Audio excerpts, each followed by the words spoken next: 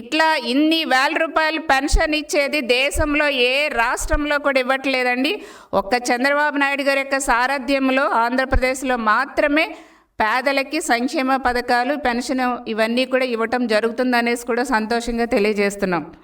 అంతేకాకుండా నెక్స్ట్ ఈ రోజున దేశానికి వెన్నెముక రైతు. అట్లాంటి రైతు సంతోషంగా ఉంటేనే, కళకళలాడుతూ పాడి పంటలతో ఉంటేనే మన గ్రామము బాగుంటుంది, రాష్ట్రము బాగుంటుంది, దేశం కూడా బాగుంటుంది. సో అట్లాంటి రైతన్న బాగుండాలనే ఉద్దేశంతో మన కూటమి ప్రభుత్వం వచ్చిన తర్వాత అన్నదాత సుఖీభవ కార్యక్రమం ద్వారా ప్రతి సంవత్సరం రైతన్న అకౌంట్లో 20,000 రూపాయలు 20,000 ఇస్తాము అని చెప్పడం జరిగింది. సో దాన్ని మేము తూచా తప్పకుండా అమలు చేసి రైతుల యొక్క అకౌంట్లో వేస్తున్న విషయాన్ని కూడా తెలియజేస్తున్నామండి. మరి గత వైసీపీ గవర్నమెంట్లో రైతుల్ని చాలా ఇబ్బంది పెట్టారు, చాలా నిర్లక్ష్యం చేశారు. వాళ్ళకి టైంకి ఎరువులు ఇవ్వలేదు, మందులు ఇవ్వలేదు, ఇవెన్నో బరకాలు కూడా ఇవ్వకుండా చాలా ఇబ్బంది పెట్టారు. పండించినటువంటి పంటకి గిట్టుబాటు ధర ఇవ్వకుండా చాలా చాలా నష్టాన్ని మిగిలించారు గత వైసీపీ గవర్నమెంట్లో రైతన్నకి. ఎన్ని నెలలైనా కూడా కనీసం పండించినటువంటి పంటకి డబ్బులు కూడా అకౌంట్లో వేయలేనటువంటి పరిస్థితి గత గవర్నమెంట్లో రైతులు అనుభవించారు. చాలా కష్టాలు, రైతన్న కన్నీరు, రైతుల ఆత్మహత్యలు గత గవర్నమెంట్లు ఎన్నో జరిగాయి. కానీ ఈ రోజున కూటమి ప్రభుత్వం వచ్చిన తర్వాత రైతన్న తలెత్తుకోవాలి, తలెత్తుకుని ధైర్యంగా తిరగాలి. రైతే రాజు లాగా ఎప్పుడు కూడా రాజులా రైతన్న ఉండాలనే ఉద్దేశంతో ఈ రోజున రైతన్న పండించినటువంటి పంటకి ఇమీడియట్గా 24 అవర్స్లోనే వాళ్ళ అకౌంట్లో డబ్బులు వేసినటువంటి ఘనత కూటమి ప్రభుత్వానిది.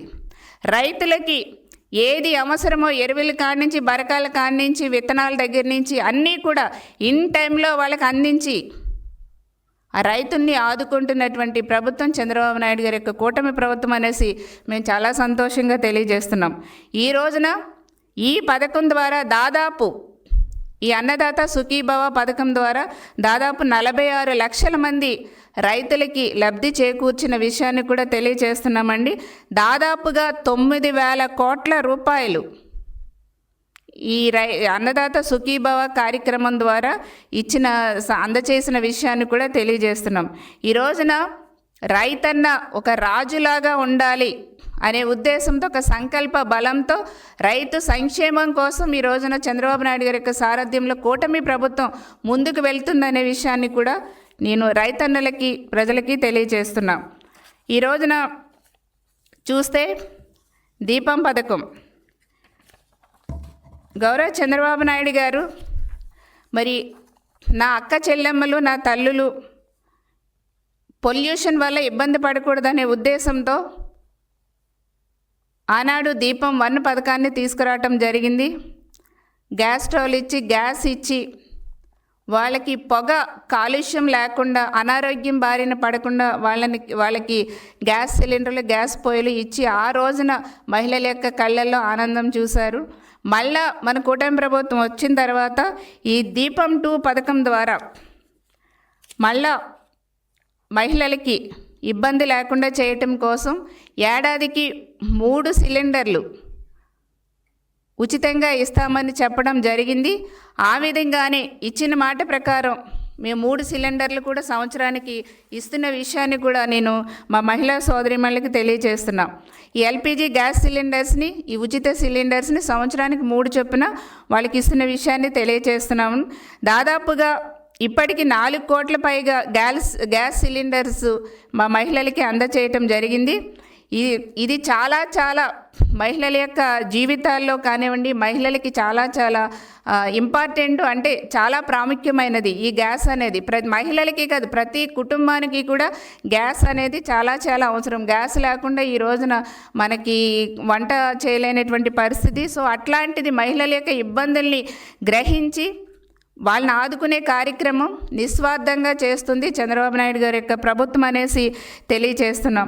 ఈ రోజున దాదాపుగా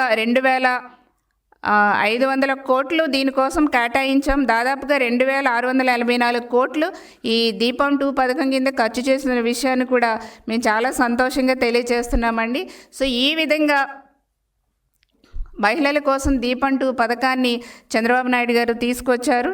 మేము ఇచ్చిన మాట ప్రకారం మహిళలకు అందరికీ కూడా ఇవన్నీ కూడా చాలా సంతోషంగా అమలు చేస్తున్న విషయాన్ని కూడా తెలియజేస్తున్నాం. అంతేకాకుండా అన్న క్యాంటీన్లు, ఎందుకంటే పేదవాళ్ళ ఆకలి తీర్చేది ఏదైనా సరే పట్టెడు అన్నం మనం పెడితే వాళ్ళ ఆకలి తీరుతుంది, వాళ్ళు చాలా హ్యాపీగా ఫీల్ అవుతారు.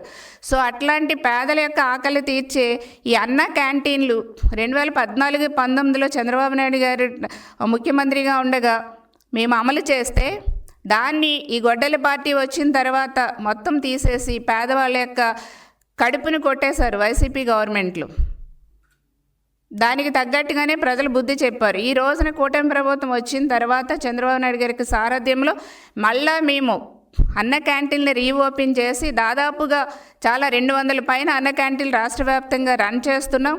ఈ రోజున చాలా సంతోషంగా టిఫిన్ కానీ లంచ్ కానీ డిన్నర్ కానీ 5 రూపాయలకే చేసి చాలా క్వాలిటీ ఫుడ్ ఉంది, చాలా బాగా పెడుతున్నారు, చాలా ప్రేమగా రిసీవ్ చేసుకుంటున్నారని ఈ రోజున ప్రతి ఒక్కరూ కూడా అన్న క్యాంటీన్లో భోంచేస్తున్నారంటే అది ఒక సంకల్ప బలం ఉన్నటువంటి వ్యక్తి చేస్తున్నటువంటి పనులు.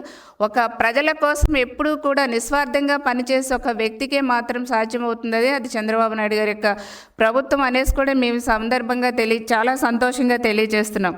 సో ఈ విధంగా అన్న క్యాంటీన్ని మేము ప్రతిపక్షంలో ఉన్నప్పుడు కూడా చాలామంది మా లీడర్స్ కూడా అన్న క్యాంటీన్లు చాలా ధైర్యంగా కండక్ట్ చేయడం జరిగింది, పెట్టడం జరిగింది. చాలా పెద్ద ఎత్తున చాలా నియోజకవర్గాల్లో పెట్టడం జరిగింది. ఈ రోజున కూటమి ప్రభుత్వం వచ్చిన తర్వాత మళ్ళీ దాన్ని చాలా లేని చోట్ల కూడా మేము అఫీషియల్గా కూడా దాన్ని అన్నీ కూడా నిర్వర్తించుకుంటూ ముందుకెళ్తున్న విషయాన్ని కూడా తెలియజేస్తున్నాం. సో ఈ విధంగా అంతేకాకుండా యువగళం నిధి ద్వారా కూడా దాదాపుగా 25 లక్షల ఉద్యోగాల కల్పనే ధ్యేయంగా ఈ రోజున మరి లోకేష్ గారి యొక్క సారథ్యంలో ముందుకు వెళ్ళటం జరుగుతుంది.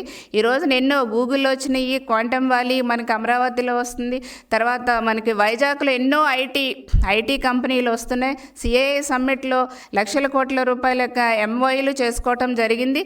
సో ఈ విధంగా మన విద్యార్థులు మన చదువుకున్నటువంటి మన బిడ్డల భవిష్యత్తు కోసం ఈ రోజున ఎన్నో కంపెనీలని మన రాష్ట్రానికి తీసుకువచ్చి వాళ్ళందరికీ ఉద్యోగ కల్పనే ధ్యేయంగా లోకేష్ గారి యొక్క సారథ్యంలో పనిచేస్తూ ముందుకెళ్తున్నాం. కాబట్టి ఈ రోజున మన కూటమి గవర్నమెంట్ వచ్చిన తర్వాత టీచర్ ఉద్యోగాలు భర్తీ చేసాం.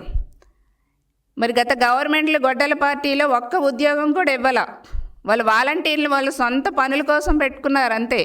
కానీ ఏ నిరుద్యోగులకి కూడా సరైనటువంటి జాబులు ఇవ్వాల. కానీ మనగా కూటమి ప్రభుత్వం వచ్చిన తర్వాత ఈ రోజున టీచర్ పోస్టులు భర్తీ చేసాం, టీచర్ పోస్టులు భర్తీ చేసాం, కానిస్టేబుల్ పోస్టులు భర్తీ చేసాం. 25 లక్షల ఉద్యోగాల కల్పనగా ఈ రోజున కూటమి ప్రభుత్వం ముందుకెళ్తుందనేసి నేను తెలియజేస్తూ, సో డెఫినెట్గా ఈ సంక్షేమ పథకాలన్నీ కూడా ప్రజల ఇంటికి సిరులు కురిపించే విధంగా వాళ్ళకి ఉపయోగపడే విధంగా అమలు చేస్తూ మీ యొక్క ఆశీర్వాదాలతో ముందుకు వెళ్తున్నాం. తప్పనిసరిగా ప్రతి ఒక్కరూ కూడా దీన్ని సద్వినియోగం చేసుకోవాలనేసి ప్రతి ఒక్కరిని కూడా కోరుతున్నా. అభివృద్ధిని వేగవంతంగా చేయటంతో పాటుగా వెల్ఫేర్ని ప్రజలకి అందిస్తున్న విషయాన్ని కూడా చాలా సంతోషంగా తెలియజేస్తున్నాం. సూపర్ 6 పథకాలే కాకుండా ప్రజల యొక్క భవిష్యత్తుకి గ్యారంటీ, ప్రజల యొక్క భవిష్యత్తుకి భరోసాగా ఈ సూపర్ 6 పథకాలు పనిచేస్తున్నాయి అనేసి కూడా తెలియజేస్తూ సెలవు తీసుకున్నానని. Thank you.